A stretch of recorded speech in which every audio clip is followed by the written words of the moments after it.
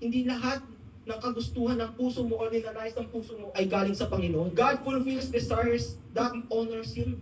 Palagi natin i-check kung yung layunin natin sa buhay, yung kagustuhan natin is aligned sa ating Panginoon. Hallelujah. Sabi nga sa Bible, mga kapatid, hallelujah, ang ating Panginoon ay ang Panginoong nagpapala. Di ba? Amen ba mga kapatid? Lagi tayong pagpapalain ng ating Panginoon, hindi tayo pagkukulangin ng ating Panginoon. Kaya kung meron kang desire sa puso mo na parang alanganin ka, yung alam mo yun, yung parang medyo 50-50 ka, hindi ka sure kung itutuloy mo ba yung desire mo na yun o hindi. Isa lang ang ibig sabihin nun. Yung Holy Spirit mo mga kapatid, hallelujah, binawarningan ka na kapag natuloy yung desire mo na yun, there is a possibility or a chance na malayo ka sa presensya ng ating Panginoon. And you know what mga kapatid?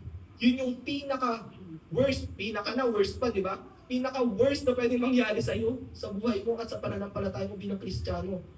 Na minsan kasi di natin napapansin, masyado na natin hinahabol yung material na bagay sa mundo. At napapalayo na pala tayo sa presensya ng ating Panginoon. Hallelujah. When God is first, other needs follow. Seek ye first the kingdom of God, di ba? Sabi sa Matthew 6:33. And all these things shall be added unto you. Magpuri ka lang sa ating Panginoon. Hallelujah. Ibigay mo lang yung pinaka-the best na papuri pagsamba mo sa Kanya. Siya ang magbibigay at magtutulong sa iyo ng mga kinakailangan mo. Name it, hallelujah.